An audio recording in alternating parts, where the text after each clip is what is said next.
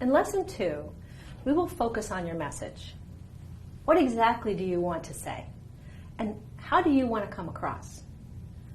I will talk about current best practices in language, style, and format, and I'll give you some specific strategies for achieving brevity and clarity in your writing.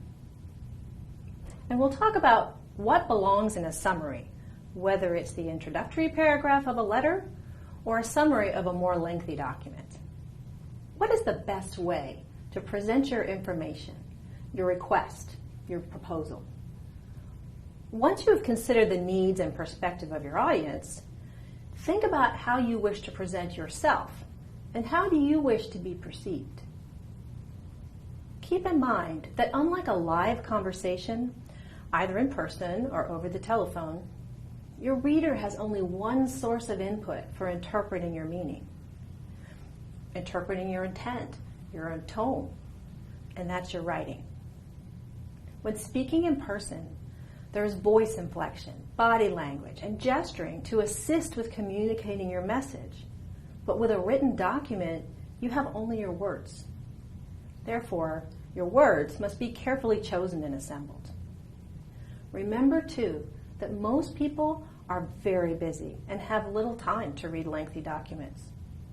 So, you really only have a few sentences to grab the reader's attention and demonstrate that what you've written has enough value to the reader to finish reading it. And of course, you want to be friendly, conversational, and professional. Don't go so far as to be silly, flippant, disrespectful, or unprofessional, though. Once you've gained the attention of the reader and demonstrated the value of what you have written, keep the reader engaged by loading your document with meaningful content. State facts, evidence, and results of studies. Demonstrating your command of the facts is a great way to gain credibility. Present your facts in chronological order, if there is a chronology, or in order of complexity or importance, if not. The more evidence-based your arguments are, the more persuasive you will be. Also, make it easy for your audience to understand what you're trying to say. Avoid the use of industry jargon, complex sentences, and inaccurate language. Writing in a straightforward manner should make your writing easily understood by any adult. I'm not trying to suggest you should dumb down your message or use imprecise words. In fact, it can be quite challenging to write sentences that are easy to understand. You may have to revise your writing multiple times to get your point across in a straightforward manner, but it's well worth the effort. If your readers have to struggle to understand you, they'll probably stop trying and might even think less of you for making it so difficult. Regarding the issue of jargon, by all means use the commonly accepted language for your industry, but avoid words or phrases that are unique to certain job functions or activities. If you're not sure if you've accomplished it, or you just want to be sure, try asking a colleague in a different department to read your draft, to see if they can identify what they think your main points are. If they struggle, you have more work to do. The issue of clarity can be challenging, particularly if you tend to rely on a few more words or a few more sentences to ensure your message is complete. You want to write so clearly that your readers can't possibly misunderstand or misinterpret your meaning. 2 hints regarding how to write with clarity are to use simple language and avoid biz-speak. To keep your language simple, start by not switching your sentences around to sound formal. For example, in this sentence, it is important that we meet in the short term to discuss this problem. Therefore, could you provide me with your availability? This sentence is much more complex than is necessary. Instead, you could say, are you available next Tuesday or Thursday for a meeting to discuss the problem? So what do I mean by biz-speak? I'm referring here to the business words and phrases that we often see in form letters, such as, at your earliest convenience, which tend to make your document appear to be using boilerplate text, or that you aren't taking the time to clearly state what you're trying to say. Instead, you might say, as soon as you can. Let's review a few of the common ones.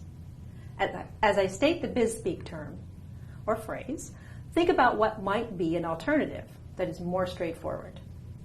In light of the fact that, as per our telephone conversation on today's date, pursuant to your instructions, I met with Roger Smith today regarding the above mentioned. Please be advised that the deadline for the above-mentioned competition is Monday, April 2nd, 2012. Thank you for your courtesy and cooperation regarding this matter. Please do not hesitate to contact me if you have any questions regarding this request. Another form of BizSpeak is the use of currently popular or fad phrases. These phrases cause you to sound too informal. Some examples would be popular phrases such as, I'll be out of pocket next week, meaning I will be traveling out of town or not available next week. Another one is, let's touch base next week. While people might say it in the office, don't put it in writing. Instead, say, I'll email you Monday with some good times and days for a meeting.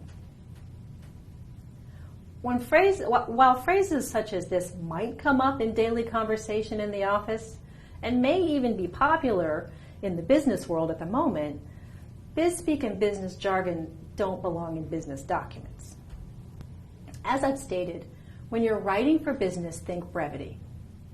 Business writing is about getting to your point and getting it across succinctly.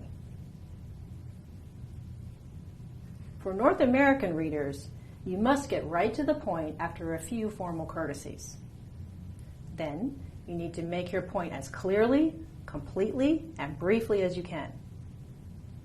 Jane Hicks, in her book Writing for Business, says, fewer words capture more attention. Keep in mind that there are many demands on our attention. So much content online and our inboxes demanding our attention. We tend to read quickly material that is quick to read. Think of business writing more as news reporting, a 30-second spot on the evening news. As opposed to trying to impress your English professor with your ability to turn a phrase or write eloquent and exhaustive descriptions of scenery or situations. Here are a few ideas to help you with brevity. First, I've discussed it already, but it truly is important. Get right to the point of your document. Second, use active voice instead of passive voice. Active voice is much stronger and generally results in shorter, more straightforward language.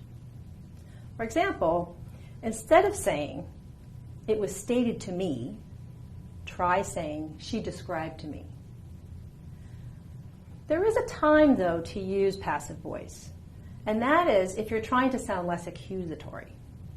For example, some errors were made in the processing of the paperwork. Is less accusatory than human resources didn't process the paperwork properly. This helps to ensure a positive tone and a sense of goodwill. Third, avoid fussy endings such as ION, ING, and NESS. For example, instead of saying, let's take the time for contemplating, just say, let's contemplate. Or, during today's discussion, we perused the following topics. Instead, say, today we talked about the following topics. Finally, be ruthless with your editing.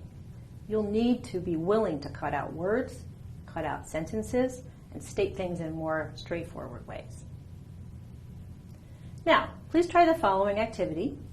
When you're finished, please continue the lecture for this module.